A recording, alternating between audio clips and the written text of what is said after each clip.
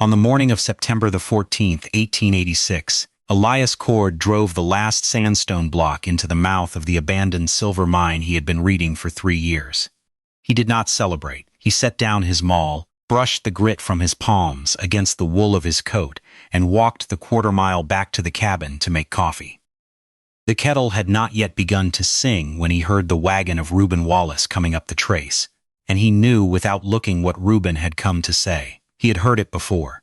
He had heard a version of it in 1884, when he first started hauling sandstone out of the dry wash behind Cooper's Ridge. He had heard it again in 1885, when he began sealing the side adits one by one with mortar he mixed himself from lime. He burned in a small kiln no one in the valley understood the purpose of. He would hear it today. He poured the coffee anyway. He set out 2 cups. The country around Sweetwater Fork, Wyoming territory was the kind of country that did not forgive a man for thinking too far ahead.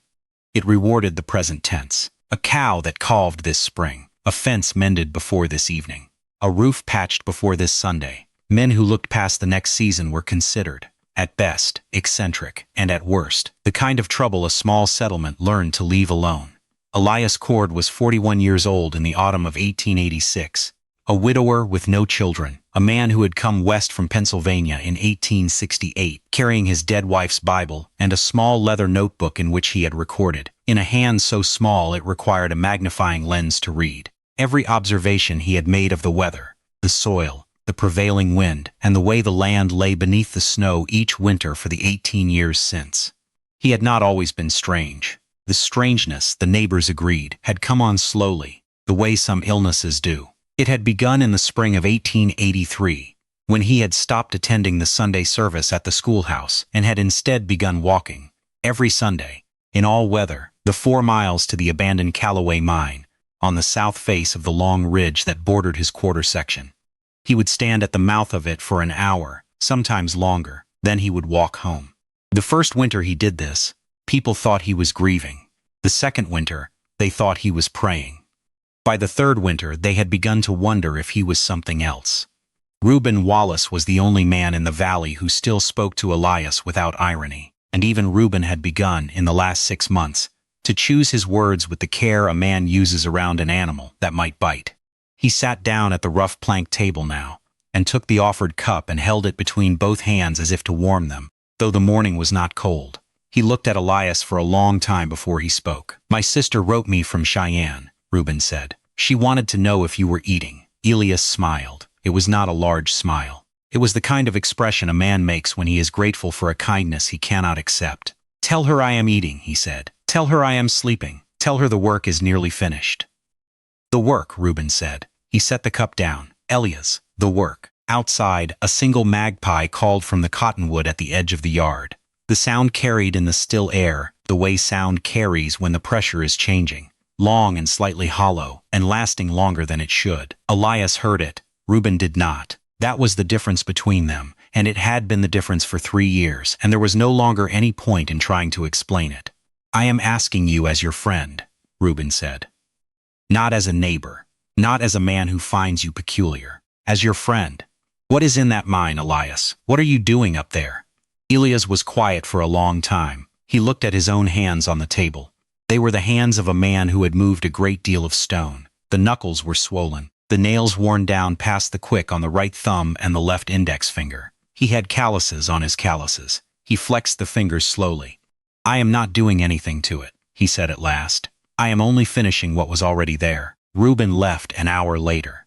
He carried with him the same expression he had carried up the trace, the expression of a man who has come to plead with another man, and has failed, and now must decide whether to grieve the friendship as something already lost. Elias watched the wagon go, watched the dust settle behind it, and then went back to the cabin and took down his notebook and made a single entry, dated, in the small precise hand. "Reuben came. He believes I am dying in some way he cannot name." He is not entirely wrong. The first year, in the autumn of 1883, he had read the water. That was the layer beneath everything, and a man who did not know his water did not know his land.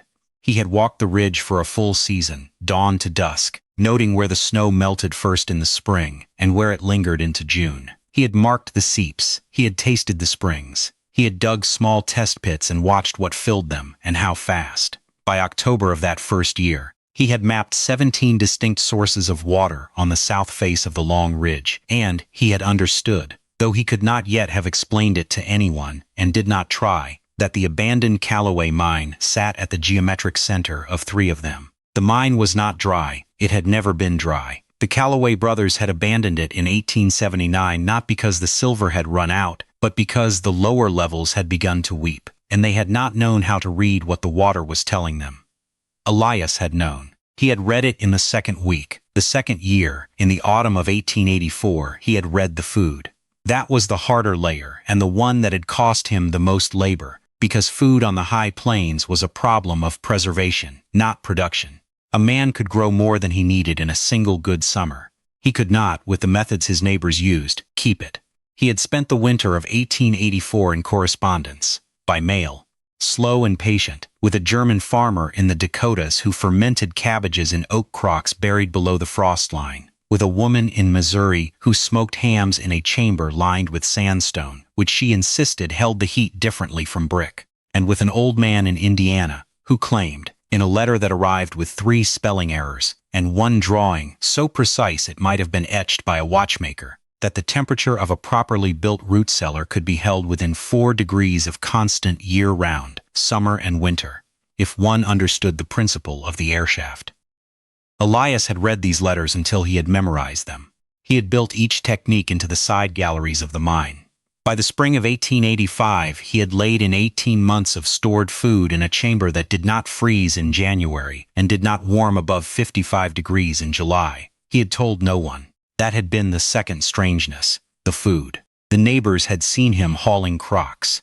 They had seen him driving a wagon of smoked meat to the mine that he was not bringing back. The story had begun that he was hoarding. The story had begun that he was preparing to flee. The story had begun, in the more imaginative households, that he had buried his dead wife somewhere on the ridge and was tending to her ghost. None of these stories were true.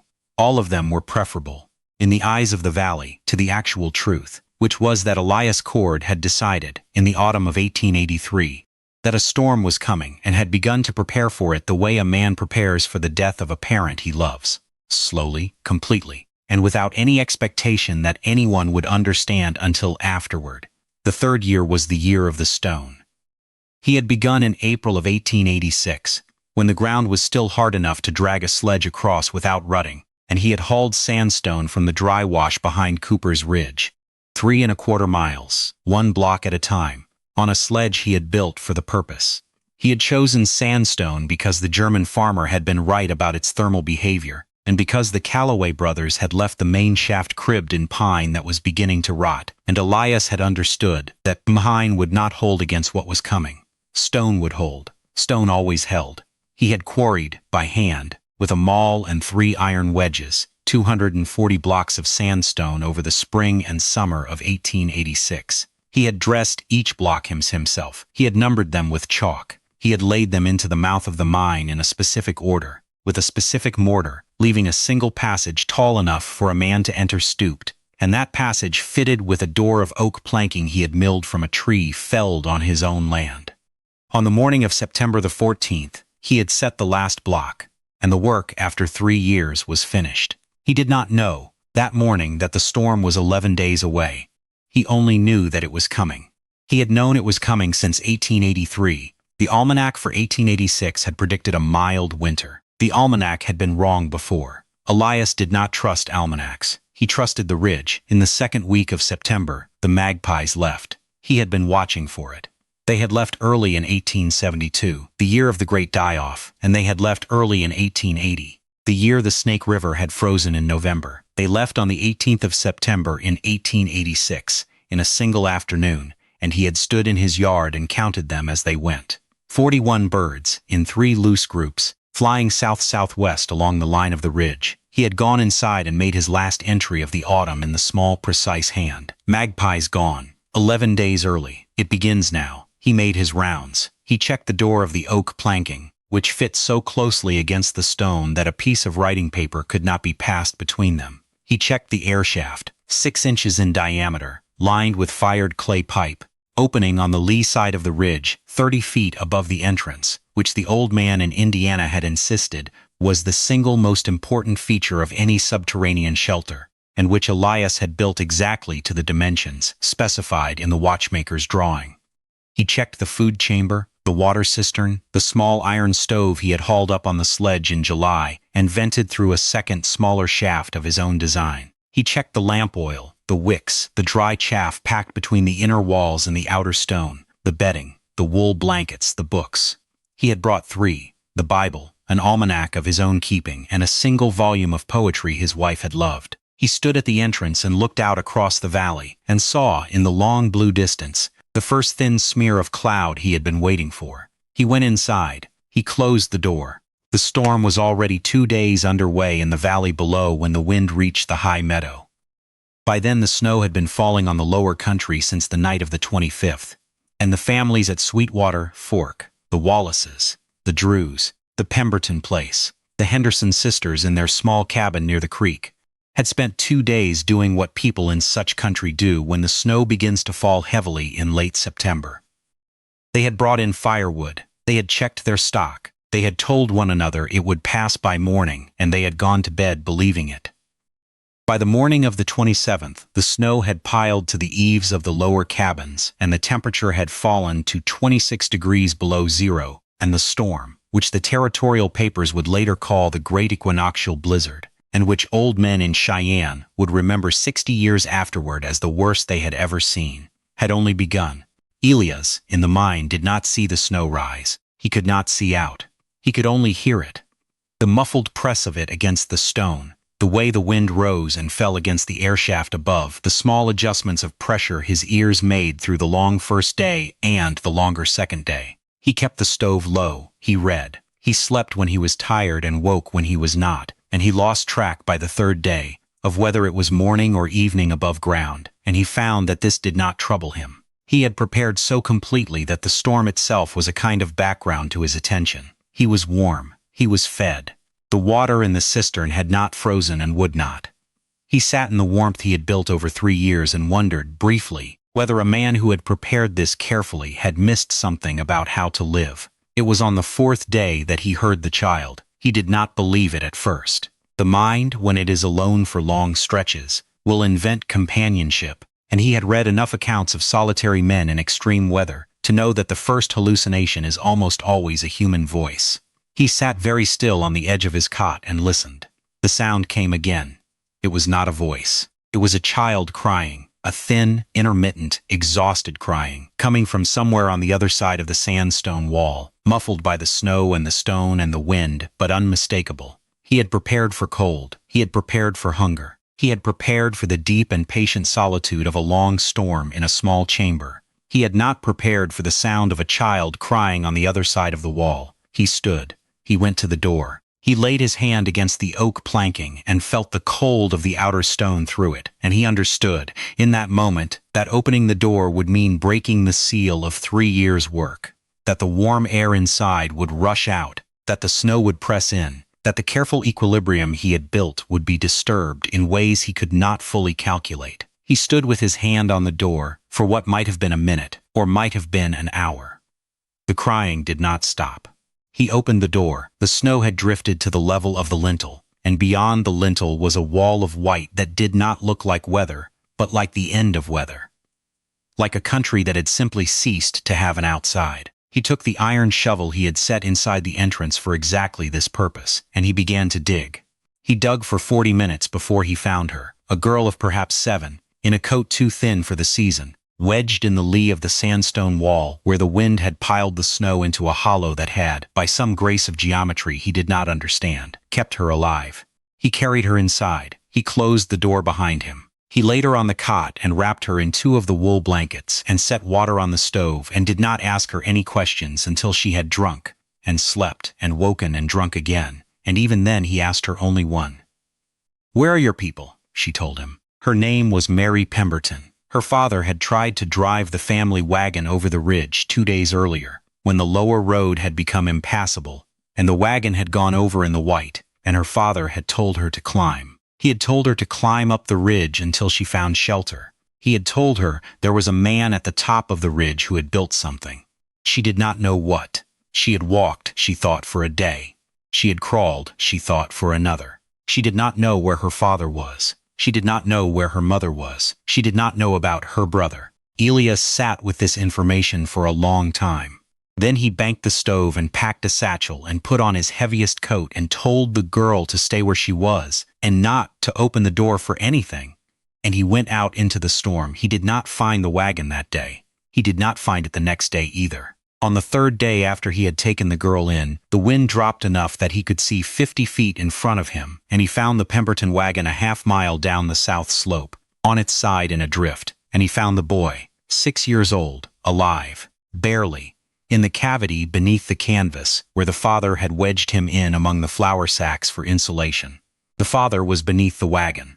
The mother was 100 yards farther down the slope, where she had tried to walk for help. Elias carried the boy back up the ridge in stages, resting every 200 yards, and he brought him into the mine and laid him beside his sister and closed the door for the second time. The storm broke on the 8th of October. It had lasted 11 days. The territorial papers would report, over the following weeks, the deaths of 31 settlers between the Powder River and the Sweetwater, including 3 of the 4 members of the Henderson family, the Drews entire, and Reuben Wallace's elder brother, who had ridden out on the third day to try to reach his cattle.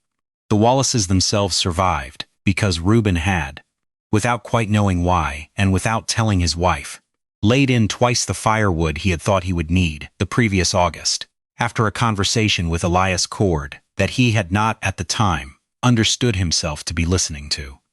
Elias kept the Pemberton children for the rest of the winter. He fed them out of the chamber the German farmer had taught him to build. He warmed them with the stove, vented through the second shaft the old man in Indiana had drawn for him. He read to them from the volume of poetry his wife had loved, and they learned in the long quiet evenings to read it back to him. In the spring, when the trace was passable, he took them down to Cheyenne and put them in the care of their mother's sister. And he came back to the ridge alone. The neighbors who had survived came up to see him that spring. Reuben came first. Then the others, in 2s and 3s, over the course of April and May. They did not say much.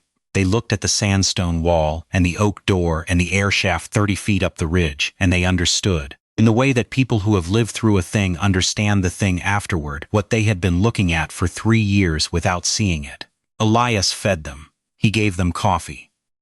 He asked them, each of them, only one question, a practical question, about what they had laid in for the next winter, and how they had stored it, and whether the techniques had held. He listened to the answers. He nodded. He did not say anything about the 3 years. In June he began a new project. He had been reading, over the winter, about the way certain Pueblo peoples in the Southern Territories had built water cisterns that captured runoff from bare rock across distances of half a mile or more. And he had begun to think about the long, dry summer that the ridge seemed, by certain signs, to be preparing for.